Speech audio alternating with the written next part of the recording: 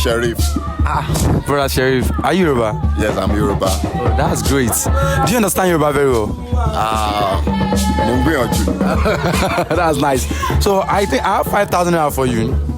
Like I said earlier, you're more than my 5,000.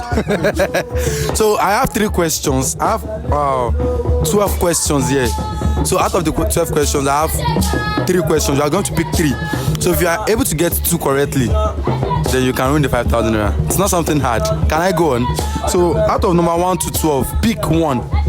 Number 3. Number 3. Oh, sorry. Like I should have said this earlier. The number 1 is the compulsory question, which is the last question. Okay. So number 3. What does Yoruba people call egbin? Egbin, wọ́n ní ó rẹwà bí egbin. Egbin ẹranko ní egbin. Wow, that's amazing. I never expected you to know it though. That's correct though. Ẹran ní egbin, ẹranko kọ́ ló ń jẹ́ egbin. And it's not even all people that know that very well. Okay, the second question. Oh, yeah. So the English name is antelope. It's antelope, yes. That's on. Yeah. So your next number. Pick the next number. I'll go for number 8. Okay. Number 8. So dárúkọ ọbẹ̀ márùn ní ilẹ̀ Yorùbá tó jẹ́ ọbẹ̀ yíyọ̀. Àpọ̀n. Àpọ̀n kì í ṣe ọbẹ̀ Yorùbá. Ọbẹ̀ ewédú. Ewédú. Ọbẹ̀ ilá. Ilá.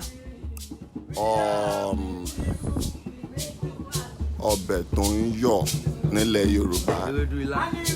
Márùn dẹ̀ ló gbọ́dọ̀ jẹ́ tó ń yọ̀.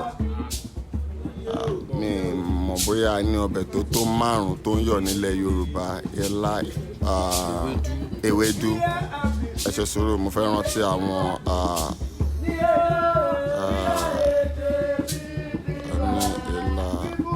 àní ewédú. Ilẹ̀ Yorùbá dẹ̀ ni àlẹ́ká gúre kóyọ̀. Ilá. Ewédú ilẹ̀ Yorùbá náà ní ṣé kí n dárúkọ ẹ̀ fún yín kí n kà á pé Ẹ̀gbá nìyẹn. Ẹ ṣe sùúrù. Ilá. N gbọ́dọ̀ mọ ọbẹ̀ márùn tó ń yọ̀. Irọ́.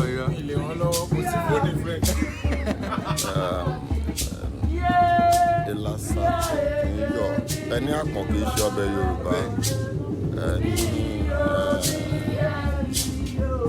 Mi ì mọ márùn.